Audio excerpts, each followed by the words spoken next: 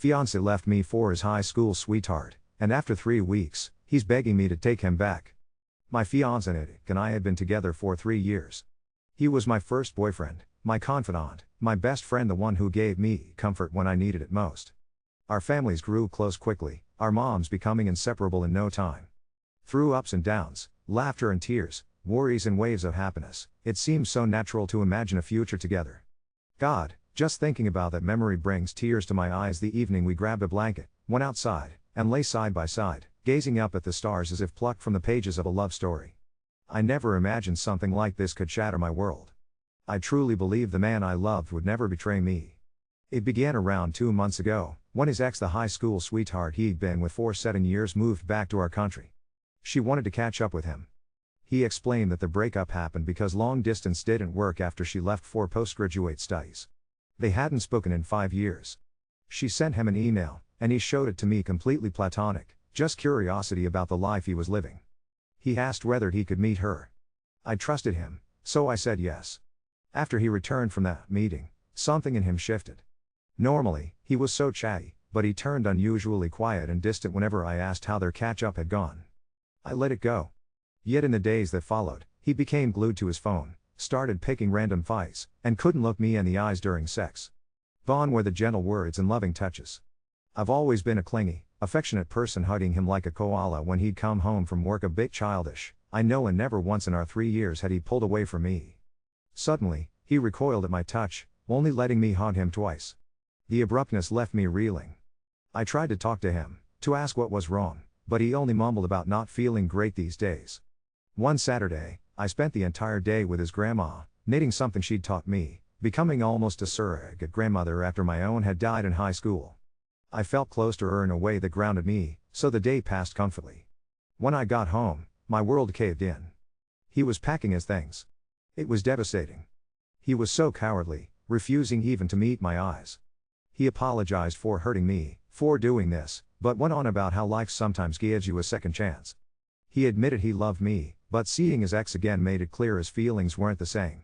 He regretted letting her go, felt he'd refound himself, and needed to grasp this opportunity. She had wanted him back, realized what she'd lost, and when he told her he was engaged, it hit her hard. He claimed he refused her at first, but as they kept talking, his feelings came back as if they'd never left. He asked for forgiveness, hoping I'd understand one day. As he spoke, I broke down. It felt like a stranger was standing in front of me. He promised he'd still pay rent and part of the bills until our lease was done, knowing I couldn't afford the apartment alone.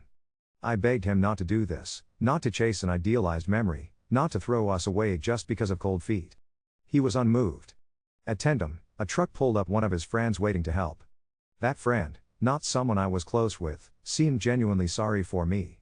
Mark hugged me goodbye and left. That night, I cried harder than I had in years. I couldn't sleep in our room, only in the spare room with my phone, desperate and pathetic. I tried to call him, but it went straight to voicemail. I had no idea where he was, probably living with her after just 3 weeks of talking. Ridiculous. Thank God for my friends and family. My best friend stayed with me for nearly a week. My parents wanted me to move home, but I couldn't stomach the thought of leaving just yet. Mark's slightly chaotic habits had always clashed with my need for order, but after he left, the apartment's tidiness was unsettling. I missed his messy presence, realized it's what made our home feel alive. No more making breakfast for him, seeing him reading on the sofa while I study, buying his favorite snacks or protein powder during grocery runs. All of it felt wrong. I was utterly lost. It honestly felt like mourning a death. Most breakups happen when things have been bad for a while, but for me, it was as if everything ended in an instant. I was still deep in love, still planning our wedding and our shared dreams. It was gone, all of it, in a single day. I wished I'd never let him meet the one that got away. His family was as blindsided as I was. I kept seeing his grandma, who called him a fool and promised he'd come crawling back. She was the first one to make me laugh again. My mom, his mom, and I started the arduous process of calling venues and shops, canceling plans. The bridal shop kindly took the dress back. Luck spared us some loss by letting us cancel the venue early. Next came informing the guests. He stayed away for 3 weeks. His own family was furious, even his mom barely talked to him. The only trace he left was a signed check to help cover the wedding's cancellation. Then, about a week ago, a letter from him arrived. He wrote to apologize for what he'd done, for leaving me broken. He said he'd made the biggest mistake of his life, claimed he couldn't even believe what he'd done. He wrote because he had no courage left to see me in person. Update. 1. I never expected to already be facing another problem, but here I am, updating sooner than I thought I would. I really want to thank everyone who has comforted me and given me the strength to look forward, helping me see beyond my nostalgia. For the first time in a while, I don't feel so completely alone in my pain. Mark wanted to meet on Sunday, but I made the decision to unblock his number just long enough to be clear. I told him I didn't want to meet, and I asked him politely but firmly not to contact me anymore. He replied, "Please baby, I need to talk to you, can we meet another day? I know I fucked up really bad and hurt you deeply, but I'll do anything to make it up to you, anything you ask I'll do it." That just fueled my anger. How dare he use words like that after everything? I blocked him again, instantly. On Saturday, I met with his mom. I told her to proceed with the notification of cancellation for the wedding. It was an emotional conversation. She admitted that she wished we could have remained one big family, but she told me she would have taken the same path if she were in my shoes. She hoped I'd find the strength to forgive Mark, yet she understood my choice. The wedding is officially cancelled. I had to break the news to my poor brother myself. He had already bought his plane tickets from Australia, but thankfully, he managed to get a refund. Trying to reclaim my space, I rearranged all the furniture in the house and bought new bedding sets, a small act toward a new start. I'd even moved into the spare room for good. Now, it looks so different, and honestly, I really like it. Apparently, Mark has told our friends, because some of them reached out to ask if we were getting back together. They insist they are not taking sides, but the discomfort lingers all the same. Sunday evening, something unsettling happened. I never have visitors late, so I was caught off guard when someone showed up around 9 p.m. When I looked through the peephole, there stood Mark and his ex. My heart started racing. I realized he still had the key to the main entry, otherwise he wouldn't have gotten up to my door without using the intercom. Maybe it was cowardly, but I decided not to open the door. They knew I was inside. I heard him, muffled through the door, "Please let me in, I just want to talk." I wasn't ready for that. Especially not with his ex standing there. They waited for about 15 minutes, then finally left. I hoped that would be the end of it. But no, they came again yesterday, around the same time. Again, I didn't open the door. This time, they waited even longer. I know I'm not acting like an adult, but I just can't face him. I feel nervous in my own house, dreading the moment when he comes back. He knows my routine too well. He showed up right when I usually return from my Zumba class, although yesterday was a holiday, and there was no class. The anxiety is getting to me. I'm afraid he'll keep coming, and I genuinely don't think I can face him yet. But what am I supposed to do? I know I can't avoid this forever, but I need more time. Is it worth calling the police? I worry that could escalate things and damage our family's relationship. Our moms are really close. Besides, I don't honestly think he's dangerous. He hasn't even contacted me enough for it to qualify as harassment. Should I just brave it out and open the door next time? Or should I keep waiting until it passes? And why on earth is he bringing her? Part of me is burning with curiosity, but another part wants to stand firm in my decision. I wish I knew the right answer, because right now, I just want peace. Update. 2. My world turned upside down when my fiancé broke off our engagement out of the blue. The reason? His high school girlfriend had just moved to our city. In what felt like the blink of an eye, the two of them were suddenly engaged, married, and even had a baby before a year had passed. I was devastated, completely blindsided by how fast everything happened and how quickly I went from planning our future to being left behind. The pain of that heartbreak never really faded, and if I'm completely honest, I don't think I ever truly got over him. That's probably why his recent message shook me so much. A few days ago, he reached out wanting to catch up, and just hearing from him brought a wave of old feelings to the surface. He told me he'd regretted ending things with me just a couple of months after he did it. When I asked why he never tried to fix things, he said it was because his ex-wife was already pregnant at the time and he felt obligated to at least try to make things work for their son. But apparently, their relationship quickly fell apart when he realized that she wasn't interested in being life partners. She just wanted someone who could support her financially. According to him, the money troubles pulled them apart for good, and that was what finally led to their divorce. They've been divorced for 6 months now and, surprisingly, they ended up having 2 children together during the chaotic relationship. He even confided in me that his ex frequently tries to patch things up with him, but insisted he wants nothing to do with her anymore. Then, almost out of nowhere, he put his cards on the table and asked me if I'd give him a second chance. The truth is, in a lot of ways, he's become the one who got away for me. There was a time, not that long ago, that I would have jumped at the chance to be with him again. But here's the twist: recently I've started to get to know this new guy, and while we aren't official yet, we did go out on a date 2 weeks ago that was really amazing. There's potential there, something that feels real and promising, and part of me is excited to see where it might lead.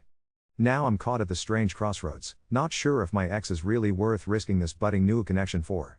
Am I just seeing him through the rose-tinted glasses of nostalgia, or is there really something left between us that's worth rekindling? I'm torn, and trying to figure out if letting go of what might be with this new guy is worth the uncertainty and the pain of revisiting the past with my ex. Update 3. I wasn't planning on updating my story, but things spiraled into a real mess, one I needed to witness firsthand. I finally agreed to meet Mark. I insisted it be in a cafe near my work, in broad daylight, and only for an hour. I almost backed out twice. It stunned me, realizing that after all these years, just the thought of him being in the same city was enough to make my stomach twist. When I arrived, he was already there, waiting. For a brief, nauseating second, seeing him did something to me. He looked older, worn out, but it was that familiar way he watched me like I was something familiar, something he'd starved for, that made me angry. Years ago, that look would have crumbled every wall I built. He burst into tears almost instantly. I didn't feel touched, only embarrassed, maybe because it felt performed, a version of himself he'd practiced. He kept repeating how I was the only person who had ever felt like peace to him, how leaving me was chasing a memory, how he spent years forcing a life that never fit. He said his house was never home, that every good thing made him think of telling me, and though he knew he had no right to ask, he couldn't go on without trying. Then he said he still remembered the blanket and the stars, a detail so cruelly specific it made me wish I hadn't come. Those were memories I had carefully folded, put away in the deepest corners of myself, and now he handled them like they were his to use. Strangely, I didn't feel what I thought I would. No tidal wave of emotion, nothing cinematic. Yes, I felt sad, and that old tenderness flickered in me, but mostly, I felt exhausted. Mark talked as if life was something that just happened to him, adrift into another engagement, marriage, 2 kids, accidentally. Everything out of his mouth was it got complicated, or things happened so fast, or I thought it was the right thing. I looked him right in the eyes and asked if he loved her when he married her. He went silent, then finally said, "I love the life I thought we were supposed to have." Slippery, evasive. Then I wanted to know if she knew he was meeting me. He replied, "She doesn't need to know every detail of my life anymore." That sentence sent shivers up my arms. I asked if the divorce was final. He claimed yes, it had been finished 4 months. As he said it, he reached for my hand, but I picked up my coffee instead. He noticed. He asked if I was seeing anyone. I told him I'd recently started talking to somebody, and his face changed, not heartbreak, but annoyance, like I'd spoiled the reunion scene he'd rehearsed in his head. He tried to cover it, saying he understood, that he deserved this, but then he started talking faster, insisting we shouldn't throw away what we had for some guy, as if history trumps everything. That hit me wrong. For all this talk about fate and love, suddenly another man was just some guy. I told him I needed to leave. He stood too and pleaded, "Please don't make a decision based on pride." For the first time, I saw how little he grasped what he'd done. In his head, my refusal was just dramatic punishment, not self-preservation. I went home shaken and stupid, not because I wanted him back, but because part of me still wanted an explanation that made sense. That craving for closure feels like a sickness now, because there is just never going to be a satisfying answer. 2 hours later, I got a message request on Facebook from his ex-wife. I almost didn't open it, thinking it was some scam, but it was undeniably her. Her profile was filled with photos of the kids, family moments, it was real. Her message was calm, unnervingly so. She explained she wasn't reaching out to fight with me or to warn me off her man. She said she believed women shouldn't be played against each other and that I deserved the truth.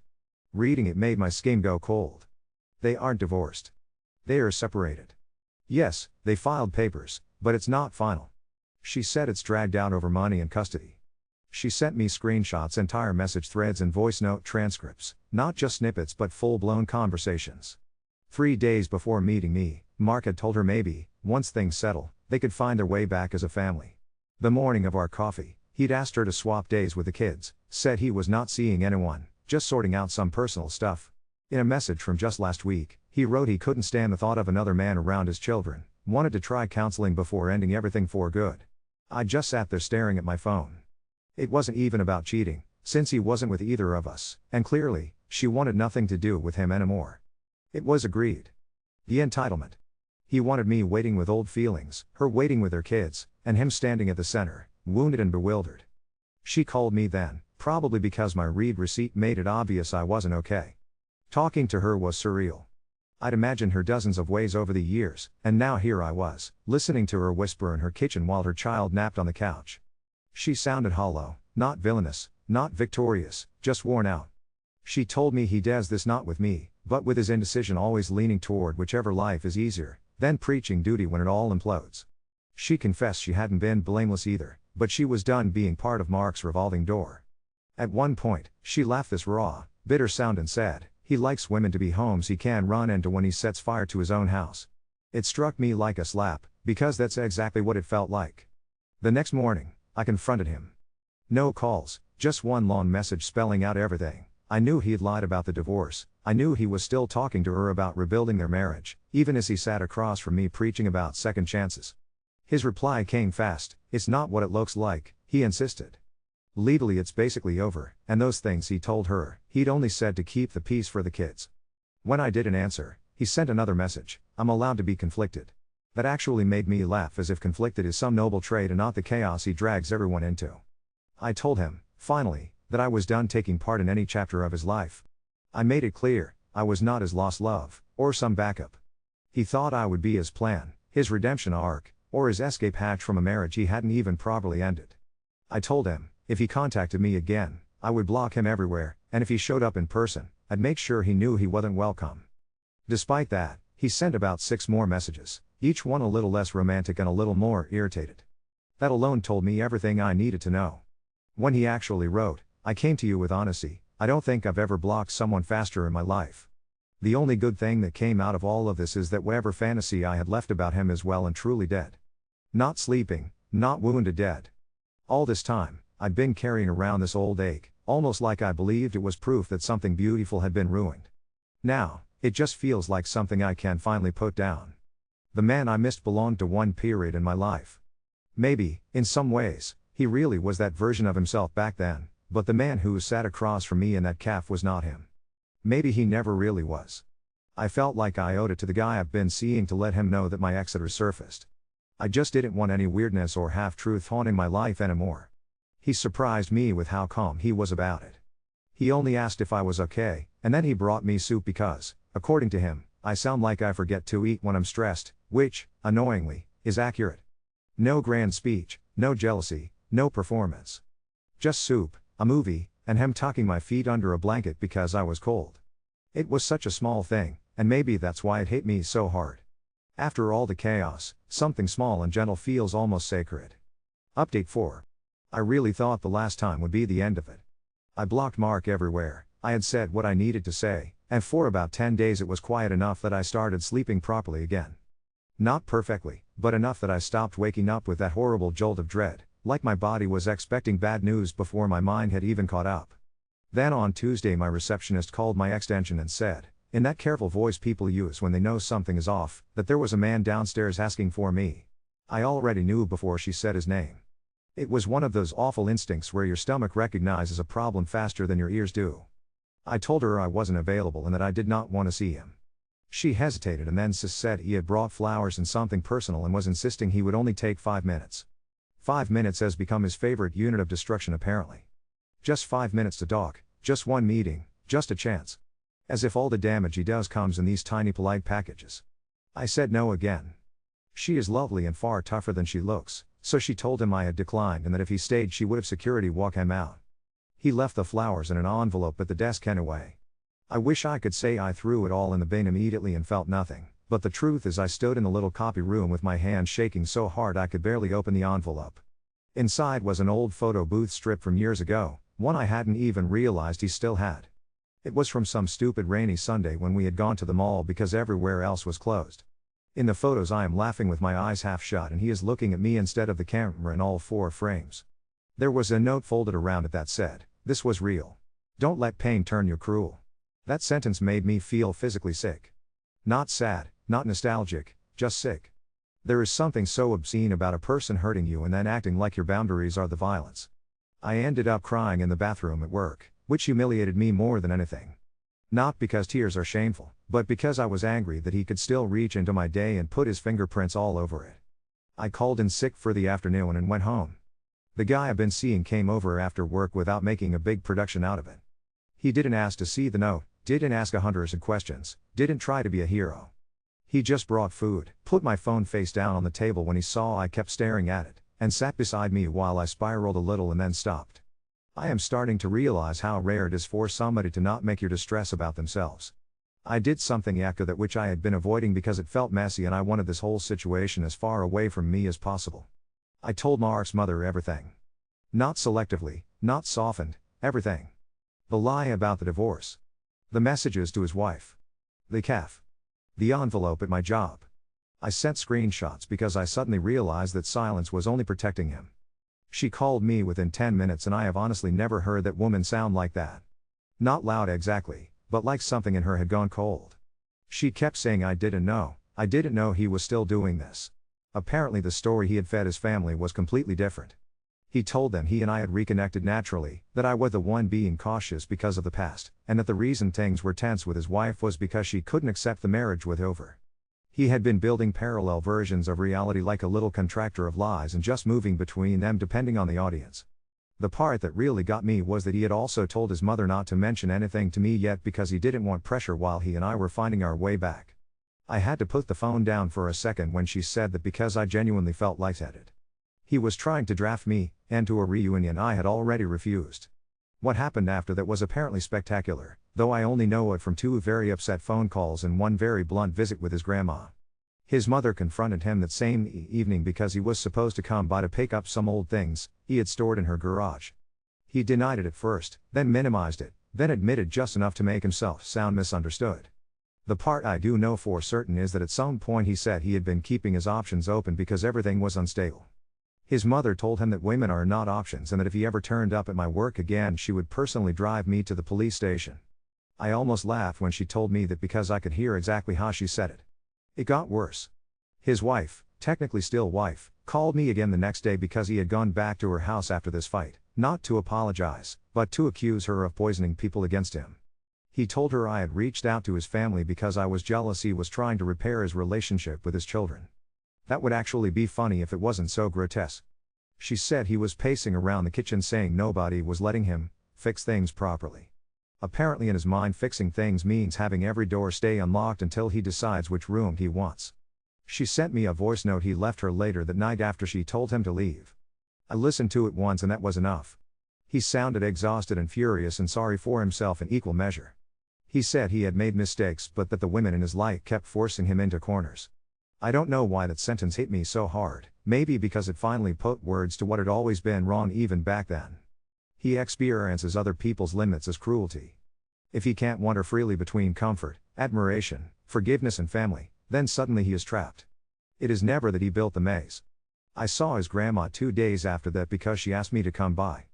I was nervous at first because I didn't know if she wanted to defend him in some old-fashioned way, but no. She made tea, handed me a biscuit, and said your boy is an idiot and worse, he is a coward. Then she told me he had gone to see her too, looking for sympathy, and tried to say he was only confused because he had loved me, loved his children and wanted to do the right thing. She told him that a man who keeps mistaking appetite for love will ruin every table he sits at. I swear I nearly choked on my tea. Then she did something that absolutely undid me. She went into her spare room and came back with a folded knitted blanket.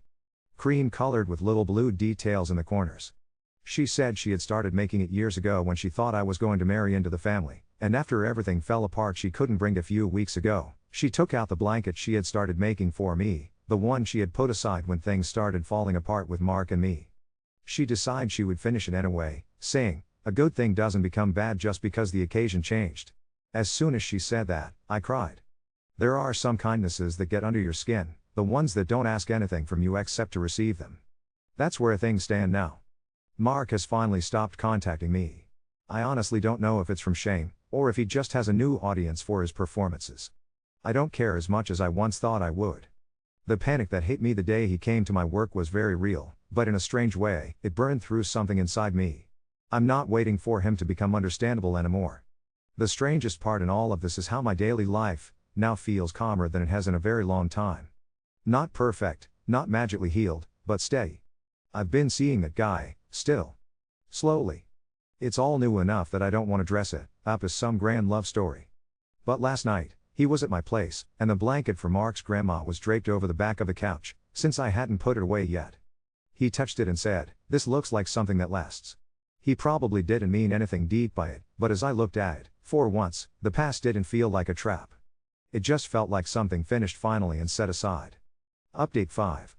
I really hoped I was finally done with Mark. For a while, I actually was. The chaos faded, and a calm settled over my life, a quiet so profound that it almost unsettled me.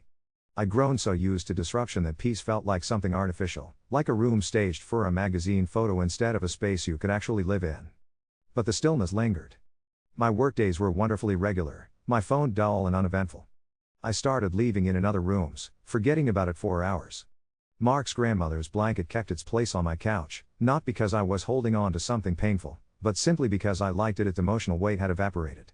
In the midst of this ordinariness, something lovely bloomed in my life. The guy I'd been seeing, without fanfare, became my boyfriend. There was no grand gesture. We were making pasta in my kitchen when he grinned and asked if he could stop introducing himself to my friends as the guy hovering around your kitchen. I laughed so hard I nearly dropped a wooden spoon. It was entirely sweet, almost mundane, and I think only then did I let myself believe the worst with Mark might be over. Then, last Friday at work, everything shifted again. An email landed in my inbox titled, "I believe you should be aware of this." It was from the solicitor of Mark's almost ex-wife. For one absurd moment, I thought I was about to be subpoenaed something dramatic and my whole body went cold. The message was formal and almost apologetic. She explained that my name had come up in the ongoing custody proceedings and, since the statements involved me directly, she thought I had the right to see the relevant documents. There was a PDF attached. I opened it right there at my desk. I can barely describe the feeling it was like seeing someone else wearing your face. Mark had submitted a proposed parenting statement that read like an off-key parody of my life. He claimed to be in a stable, reconciled relationship with me using my full name. He wrote that his children would have access to a secure family environment because of me, that I had long-standing close ties with his family, and that I was supportive of a gradual integration into shared routines. Shared routines. The whole thing painted me as some cheerful brochure stepmother, as if I hadn't blocked him everywhere, told him with absolute clarity that I wanted no further part in his life. I read those lines again and again, my brain simply would not let them be real. Shaky and hollow, I ducked into the stairwell and sat down because my legs had gone strange and useless, like all my bones had suddenly exited the building. What hit me hardest wasn't just the lie that we were together, but how meticulously detailed it was. He'd taken things that were real years ago, my connection with his mother and grandmother, my memory of his coffee order and towel drawer, and stretched them over his present, like old fabric on broken furniture. He wrote me into a life I had already refused. It felt so quietly violating. No flowers, no dramatic declarations, just my name inside paperwork designed to make him look stable. My hands wouldn't stop shaking, so I called the solicitor instead of emailing. She was meticulous and kind, apologizing for being the one to deliver this news. Apparently, Mark's wife had spotted my name in the filing and told her immediately that I needed to know dragging someone else into this mess was unacceptable to her, regardless of their own issues with Mark. For a beat, we both went silent, and the irony washed over me. The woman whose life he detonated after mine was now treating me with more honesty than he ever had. The solicitor asked if I'd provide a short statement confirming that Mark and I were not in a relationship and that he absolutely did not have my permission to use my name. I agreed before she finished her sentence. I didn't warn Mark. I didn't seek any explanation. That evening, I wrote my statement, a plain, sterile page saying we were not reconciled, that there was no relationship, and my name was used without consent. It was surreal, so much chaos and heartache, boiled down to a single dispassionate page. No, none of this is true. No, I am not part of this. No, you do not get to use me. Of course Mark found out almost immediately. The next morning, as I made tea, a call came in from an unknown number. I picked up because I thought it was my brother. The instant Mark's voice reached my ear, I closed my eyes. He didn't bother saying hello, just launched straight in. Why would you do that without talking to me? For a moment, I was actually stunned by his choice of words, as if I'd wronged him, not the other way around.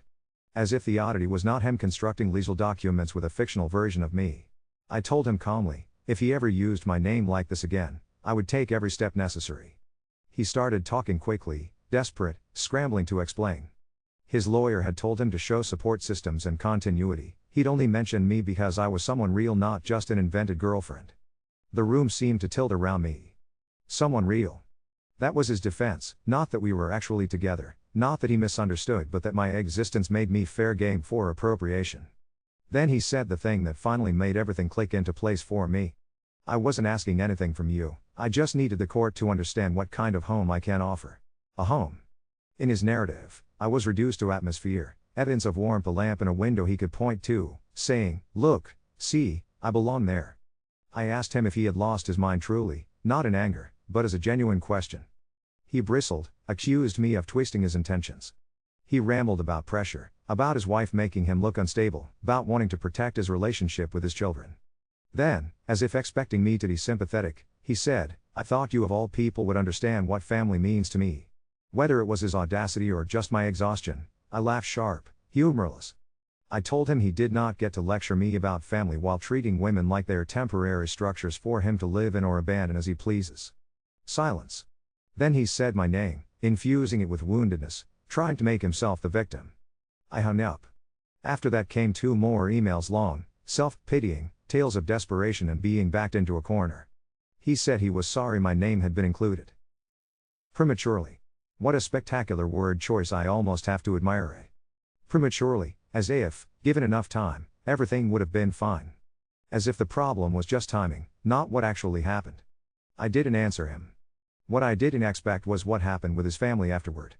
That afternoon, his mother called me not because I'd gone to her this time, but because Mark had gone to her, in tears, claiming I was trying to take his kids from him. I could practically hear her pinching the bridge of her nose over the phone.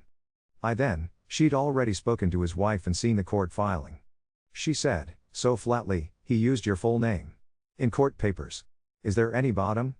I just sat there, speechless, because honestly, I had been asking myself the same question. Apparently there was an enormous fight in their family home. I won't say I'm proud of how deeply satisfying it was to hear about, but I won't lie and say I didn't feel some catharsis. Not because there's satisfaction in his humiliation, exactly, but because for once he couldn't charm his way out, couldn't cry or blur the edges. A typed lie sits there, ugly and solid, unforgivingly clear. His mother told Mark he was never to mention my name again, in any context, legal or personal, and if he did, she would submit her own statement confirming there had been no reconciliation.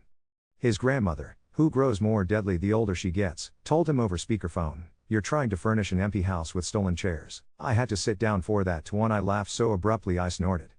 The strangest conversation, though, was with his wife. We spoke that evening not long, maybe 20 minutes. She sounded hollowed out, but steadier than the last time. She told me she'd nearly missed my name in all those messy papers because there was just so much nonsense crammed into them, but the instant she saw it, she had this immediate sick certainty that he hadn't told me. She said, "I'm sorry that I can now predict his lies by shape." And I understood exactly what she meant. Some people don't repeat the same words, they repeat the same architecture. Different wallpaper, but it's always the same house. She told me something I hadn't stopped thinking about. When she confronted Mark, he said he only included me because I'm safe. Not safe, as in trustworthy, safe, as in reliable. Unlikely to make a scene. Someone who would love him once, and therefore could be counted on, even in absence, to make him look better. That somehow hurt more than if I'd been called a backup plan. Backup plans, after all, require a certain type of acknowledgement. This was more like he assumed I remained on a shelf somewhere, reserved for future use. I hadn't heard from him since the second email. Whether that's because his solicitor told him to get a grip, or because enough people finally saw him clearly at once and there was no space left to perform innocence, I don't know. Maybe both. I did sign the statement.